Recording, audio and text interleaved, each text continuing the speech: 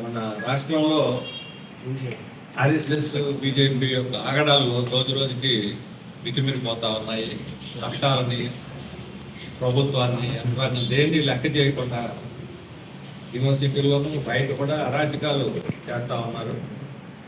ఇప్పుడు తాజాగా విశాఖపట్నం ఆంధ్ర యూనివర్సిటీలో ఆర్ఎస్ఎస్ బీజేపీ వాళ్ళు ఆ యూనివర్సిటీ మీద దాడి చేయటం, అక్కడ ఉండే దిమ్మెల్ని పగలగొట్టడం, లోపల స్టూడెంట్స్ మీద దాడి చేయటం, విద్యాసంఘ నాయకుల మీద దాడి చేయటం, ప్రొఫెసర్ల మీద కూడా దాడి చేయటం, ఈ రకమైనటువంటి ఒక విద్యా వ్యవస్థని విధ్వంసం చేసే విధంగా ఒక అత్యంత ప్రతిష్టాత్మకమైనటువంటి ఆంధ్ర యూనివర్సిటీని అప్రతిష్ట పాలు చేసే విధంగా ఈరోజు ఆర్ఎస్ఎస్ బీజేపీలు వ్యవహరిస్తూ ఉన్నాయి. విద్యార్థి సంఘాలు లోపల క్యాంపస్లో వాళ్ళు చదువుకుంటూనే వాళ్ళ సమస్యల మీద ఆందోళన చేస్తారు, లేకపోతే విజ్ఞప్తులు చేసుకుంటారు. ఏదో మదనానికి కేంద్రాలుగా ఉంటాయి యూనివర్సిటీ. విభిన్నమైన దృక్పథాలంతో, విభిన్నమైన అభిప్రాయాలతో వాదోపాదాలు జరుగుతూ ఉంటాయి. ఆ రకమైన చర్చలు చేస్తే వాళ్ళ మేధావిత్వం కూడా మెరుగుపడుతుంది. మేధో మదనాన్ని కేంద్రాలుగా ఉండాల్సిన యూనివర్సిటీలని భౌతిక ఘర్షణలకి కేంద్రాలుగా మార్చడం, అందులో బయట నుంచి ఆర్ఎస్ఎస్ బీజేపీ వాళ్ళు బస్సులు పెట్టి మొబలై చేసి యూనివర్సిటీ మీద దాడి పెట్టారు. ఇది ఎక్కడ చూడలేదు. యూనివర్సిటీ మీద దాడి చేసిన సంస్థలు ఏ సంస్కృతి, విద్యార్థులను కొట్టిన సంస్థలు ఏ సంస్కృతి. పైగా వెనకటిగా సాగుతుంది, పెళ్ళాన్ని కొట్టి పందిరికి ఎక్కాడు. ఇప్పుడు వాళ్ళే దాడి చేసి మామే దాడి చేశారని మళ్ళా వాళ్ళ మీద కమ్యూనిస్టులు దాడి చేశారు. అసలు యూనివర్సిటీలో కమ్యూనిస్ట్ పార్టీ లేదు, కమ్యూనిస్ట్ పార్టీకి ఈ కష్టకి సంబంధం లేదు. విద్యార్థి సంఘం ఎస్ఎఫ్, ఏఎస్ఎఫ్ వాళ్ళ అరాచకాలు ప్రతిఘటించారు, వాళ్ళ మీద దాడి చేసి కొట్టారు. వాళ్ళే కొట్టి ఎస్ఎఫ్ఐ మీద, ఏఎస్ఎఫ్ మీద కేసులు బుక్ చేయండి, కమ్యూనిస్టులను ఏమో తిడతారా? ఇదేం కష్టం, దానికి కూడా సంబంధం లేని వ్యవహారం. ఈరోజు పోలీసులు కూడా బ్లాక్మెయిల్ చేస్తున్నారు. అధికారం ఉంది, మంత్రులు ఉన్నారు, కేంద్ర ప్రభుత్వం వాళ్ళే ఉన్నారు, రాష్ట్ర ప్రభుత్వంలో భాగంగా ఉన్నారు. చంద్రబాబు నాయుడునే చక్రం తిప్పుతాం అనుకుంటున్నారు. ఇప్పుడు పోలీసుల్ని, అధికారులని బ్లాక్మెయిల్ చేసి విద్యార్థి నాయకుల మీద ఎస్ఎఫ్ఐ, టీడీఎస్ వాళ్ళని అక్కడ యూనివర్సిటీలో లేకుండా చేయాలని ఈ రకమైన ప్రయత్నం ఆంధ్ర యూనివర్సిటీలో చేస్తున్నారు. ఎవరైనటువంటి విషయంగా పరిగణించాలి. దీని మీద చంద్రబాబు నాయుడు గారు కూడా స్పందించాలి. వాళ్ళు అక్కడ అరాచకాలు చేస్తూ ఉంటే వాటి మీద స్పందించకపోతే ఎలా? అధికారులను బ్లాక్మెయిల్ చేస్తుంటే, పోలీసులు బ్లాక్మెయిల్ చేస్తుంటే ప్రభుత్వం స్పందించకుండా ఎలా ఉంటుంది? వాళ్ళు ఇప్పుడు అసలు ఈ ఆంధ్ర యూనివర్సిటీ జరుగుతున్న పరిణామాలతో సంబంధం లేకుండానే కమ్యూనిస్టుల మీద, సిపిఎం మీద విపరీతమైనటువంటి దుష్ప్రచారం, తప్పుడు ప్రచారం, వార్నింగ్లు, హెచ్చరికలు చేస్తూ ఉన్నారు. వాళ్ళ పార్టీ అధ్యక్షుడే దీనికి నాయకత్వం ఇస్తున్నాడు ఈ దుష్ప్రచారానికి. బీజేపీ వాళ్ళే వచ్చి రంగంలో దిగుతున్నారు. ఇది దేన్ని సూచిస్తూ ఉంది? చంద్రబాబు నాయుడు గారు విద్యాలయాలు అన్నింటికి ఎవరు మేము బయట అనుమతించమని చెబుతాను. ఇప్పుడు బయట వాళ్ళు పోయి యూనివర్సిటీ మీద దాడి చేస్తే నేరుగా ఎస్పీ పోయి, కమిషనర్ పోయి వాళ్ళతో చర్చలు చేసి వాళ్ళకి మేము చర్య తీసుకుని హామీ ఇచ్చారు. వాళ్ళకి దీనికి సంబంధం, వాళ్ళకి హామీ ఇవ్వటానికి దౌర్జన్యం చేసినందుకు చర్యలు తీసుకోవాలి, వాళ్ళ మీద కేసు చేయాలి, వాళ్ళని అరెస్ట్ చేయాలి. దానికి బదులు వాళ్ళతో చర్చలు చేసి వాళ్ళకి హామీ ఇవ్వటం వాళ్ళు ఏమైనా విద్యార్థి నాయకులు, విద్యార్థులు ముగ్గురు నలుగురు ముందు పెట్టి వాళ్ళు ఏబీ పని పేరు పెట్టి అసలు విద్యార్థులు కాని వాళ్ళు వచ్చి ఇప్పుడు మొత్తం ఫోటోలు అంతా కూడా చూస్తే తెలుస్తుంది. వాళ్ళు అయితే అరాచకాలు అంటే దీన్ని తీవ్రంగా ఖండిస్తున్నాం. ఇది కమ్యూనిస్టులకి ఆర్ఎస్ఎస్ చదువుతుంది కాదు, ఇది లేదా రెండు విద్యార్థి సంఘాల మధ్య ఘర్షణ కూడా కాదు. ఇది విద్యార్థుల మీద, యూనివర్సిటీ మీద ఆర్ఎస్ఎస్ దాడి. కాబట్టి దాన్ని ప్రజాప్రభావాలు అందరూ కూడా, విద్యావేత్తలు అందరూ కూడా ఖండించి యూనివర్సిటీలో ప్రశాంత వాతావరణాన్ని కాపాడాలని విజ్ఞప్తి చేస్తా ఉన్నాం. ఇక్కడే కాదు, ఇప్పుడు మనం చూసాం మొన్న మేడారం జాతరలో ఒలి అని అతను కర్నూలు జిల్లా బన్ను, కోవా బన్ను స్పెషల్. అది కోవా బన్ను అమ్ముకుంటుంటే ముస్లిం కాబట్టి అతని మీద పడి దాడి చేసుకుంటారు. అతను తరిమే వ్యాపారం చేయటం లేదా? ఇది ఎక్కడ? ఇది ఈరోజు రాష్ట్రంలో మొత్తం వాతావరణం అంతా కూడా దేవుడి చుట్టూ, మత విశ్వాసాల చుట్టూ తిప్పుతా ఉన్నారు. అసెంబ్లీలో అదే, కౌన్సిల్లో అదే, బయట అదే. లడ్డు పేరు చెప్పి లడ్డులో జరిగినటువంటి అవినీతి మీద కమిషన్ వేశారు, సిట్ రిపోర్ట్ వచ్చింది. ఇప్పుడు మళ్ళీ సింగిల్ మ్యాన్కి అప్పు చెప్పారు. వాళ్ళు ఏం చెబుతారో చూసి ఎవరు తప్పు చేశారో వాళ్ళ మీద చర్య తీసుకోవాలి. దానికి బదులు దాన్ని మత విశ్వాసాలు ముడిపెట్టి దేవుడిని రాజకీయాల్లో అనేది చాలా తీవ్రమైన అంశం. దేవుడిని రాజకీయాల్లో లాగితే మన రాష్ట్రం తీవ్రంగా నష్టపోతుంది. ఇది టీడీపీ వాళ్ళు, వైసీపీ వీళ్ళందరూ కూడా పోటీలు పడి దేవుడిని రాజకీయాల్లో లాగుతున్నారు. మంచిది కాదు. లడ్డు ఎవరైతే అవినీతికి పాల్పడ్డారో ఆ సిట్ నివేదిక ఆధారంగా దాన్ని బయట పెట్టారు. సిట్ నివేదిక ఇప్పుడు సిట్ వాళ్ళు ఈఓ వీళ్ళందరూ డిప్యూటీ వీళ్ళందరూ బాధ్యులు కొన్ని పేర్లు చెప్పారు. ఇప్పుడు సిఫార్సు చేస్తే వాళ్ళ మీద చర్య తీసుకున్నారు. సింగాల మీద ఎందుకు చర్య తీసుకోలేదు? ఈఓ కీలకమైన స్థానంలో ఉన్న వ్యక్తిని అతను ట్రాన్స్ఫర్ చేసిన చర్య అట్ట అవుతుంది. ట్రాన్స్ఫర్ చేయడం అడ్మినిస్ట్రేటివ్ మెజర్. అది చర్య అంటే ఉద్యోగం సస్పెండ్ చేయడం, ఉద్యోగం తొలగించడం, అది కేసు పెట్టి లోపల పడేయటం ఇవి అవుతాయి చర్య.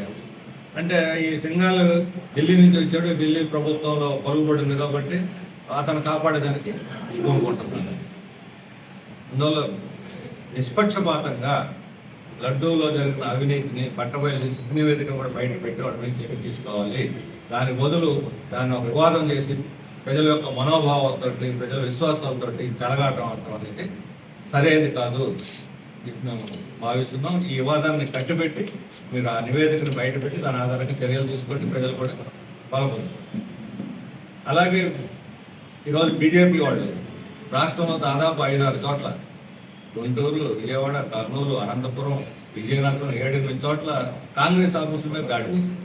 ఇది ఎక్కడ సంస్కృతి ఢిల్లీలో జరిగితే అక్కడ ఏఐ కన్వెన్షన్ భారతదేశ ప్రతిష్టని మనం బజార్లో పడేశారు.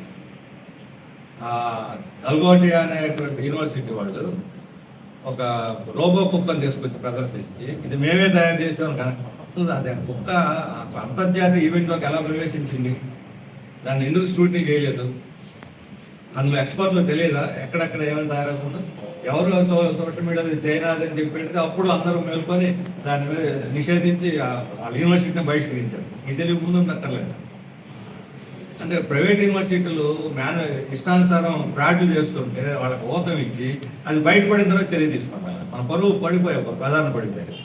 మన పరువు ప్రధాన పడింది తప్పు అని చెప్పని కాంగ్రెస్ నిరసన చేశారు. ఆ నిరసన తప్ప రైట్ వాళ్ళ రకరకాల పద్ధతుల్లో నిరసన వస్తుంది. దాని గవర్నమెంట్ సమాధానం చెప్పుకోవాలి. దానికి బదులు ఇక్కడ కాంగ్రెస్ ఆఫీస్ మీద దాడి చేయడం ఒక నిరసన తెలియజేస్తే మీరు కూడా నిరసన తెలియజేయండి, లేకపోతే మీరు కూడా వాదాలకు ప్రతివాదం చేయండి, లేకపోతే మిమ్మల్ని మీరు సమర్థించుకోండి. ఆఫీస్ మీద దాడి చేసే సంస్కృతి ఇది ఎక్కడ రాష్ట్రంలో ఇప్పటిదాకా లేదు ఇటువంటి సంస్కృతి. మేము ఈ రకంగా కాంగ్రెస్ ఆఫీసుల మీద దాడి చేసే బీజేపీ వాళ్ళు ఇలా దాడి చేయడానికి ఎవరైనా ఖండిస్తున్నాము. దీని మీద మన ముఖ్యమంత్రి గారు స్పందించాలి. ఆయన ఇప్పుడు ఢిల్లీలో జరిగిన ఘటనలు ఖండించాడు, మంచిది. ఆయన అభిప్రాయం చెప్పారు ఢిల్లీ ఘటన. మరి ఆ పేరు చెప్పి ఇక్కడ కాంగ్రెస్ ఆఫీసుల మీద దాడి చేస్తుంటే మరి దాని మీద కూడా స్పందించాలి ముఖ్యమంత్రి గారు. మౌనంగా ఎలా ఉంటారు? సమర్థిస్తున్నారా? దాన్ని ఖండిస్తున్నారా? స్పష్టంగా ప్రభుత్వం దీని మీద స్పందించాలి, చర్యలు కూడా తీసుకోవాలి. ఎవరైతే దీనికి కారణం దాడికి కారణం ఈరోజు కాంగ్రెస్ అవుతారు, ఎక్కువ టీడీపీ కూడా అవుతుంది. దాడి చేసే సంస్కృతిని ఒకసారి అనుమతించాక ఆ పార్టీ ఈ పార్టీ ఉంది ఇష్టానుసారం చెల్లలేకపోతున్నారు. వాళ్ళు ఇప్పుడు అధికారం ఉందని చూసుకొని దీన్ని మేము ఖండిస్తున్నాం. అలాగే ఇప్పుడు చొరబాటుదారులు అమిత్ షా ప్రకటన చూస్తే మావోయిస్టులు అయిపోయింది, రేపు 31 ఉన్నవాళ్ళు కూడా పోతారు, దాన్ని నిర్మూలించేసాం.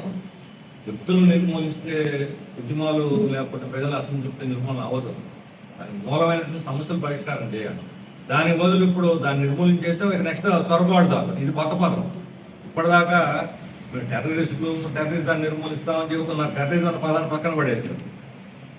ఇప్పుడు రాజకీయ అవసరాల కోసం, ఓట్ల కోసం చొరబాటుదారులు. ఎవరు చొరబాటుదారులు? బెంగాలీ భాష మాట్లాడే ముస్లింలంతా బంగ్లాదేశ్ అయిపోతుంది, ఉర్దూ మాట్లాడే ముస్లింలంతా పాకిస్తాన్లు. ఇదే చొరబాటుదారులు అంటే అర్థం.